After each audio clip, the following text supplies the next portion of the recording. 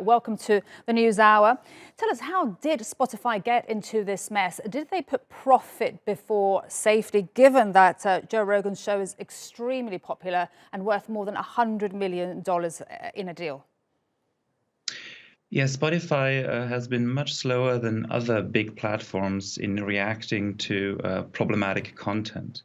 While the big ones like Facebook and Twitter have had dedicated corona policies for the last 2 years, Spotify has waited a long time until now, until actions by musicians, by their other customers, led them to a situation where they had to react more strongly.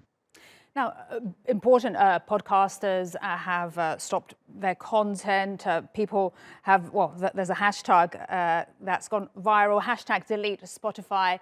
How damaging has this been for Spotify? Oh, I don't think in the long term that it'll be very damaging, but it has shown the platform that it is not immune to criticism, and that any platform that offers content online now has to act strongly, both against illegal content and against content that can be problematic, especially if the podcasters in question don't do the job themselves. In one of his interviews, Joe Rogan said that it is a strange responsibility that he got, and nothing that prepared him for having a podcast with 200 million downloads. He called it an out-of-control juggernaut. Obviously, that's a bad thing. You know, if the information resource that you provide to 200 million people, that you call that out of control. Newspapers, television studios know that you need to control what kind of information you spread.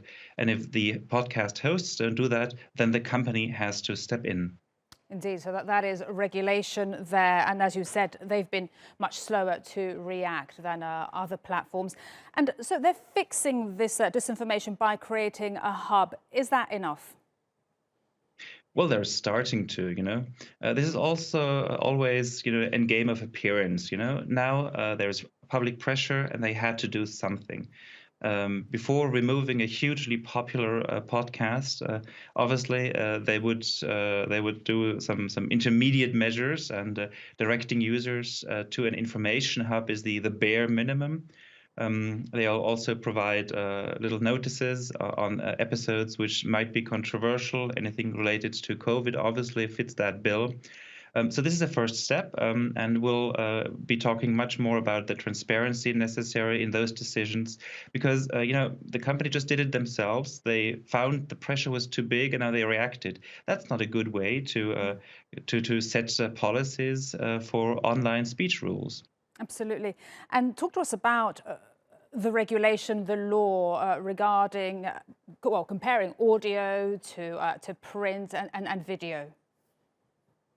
Well, obviously, audio platforms have much more leeway than print products, but they're not that different from video streaming services like YouTube. They just not have been in the focus of public attention so much, because it's much more difficult, to write stories about these platforms, to do research on them. It's much easier for researchers, for the media, to criticize and find examples of bad practice, of illegal, of problematic content in platforms where you see the stuff, in video and in Facebook, for instance.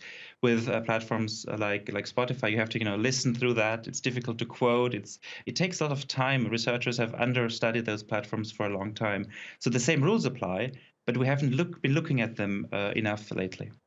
That's such a good point you raised there, Dr. Matthias, that you can't see those violations when it's audio. Thank you so much. It's been really great to speak to you today, Dr. Matthias Kettemann from the University of Innsbruck in Austria. Appreciate your time.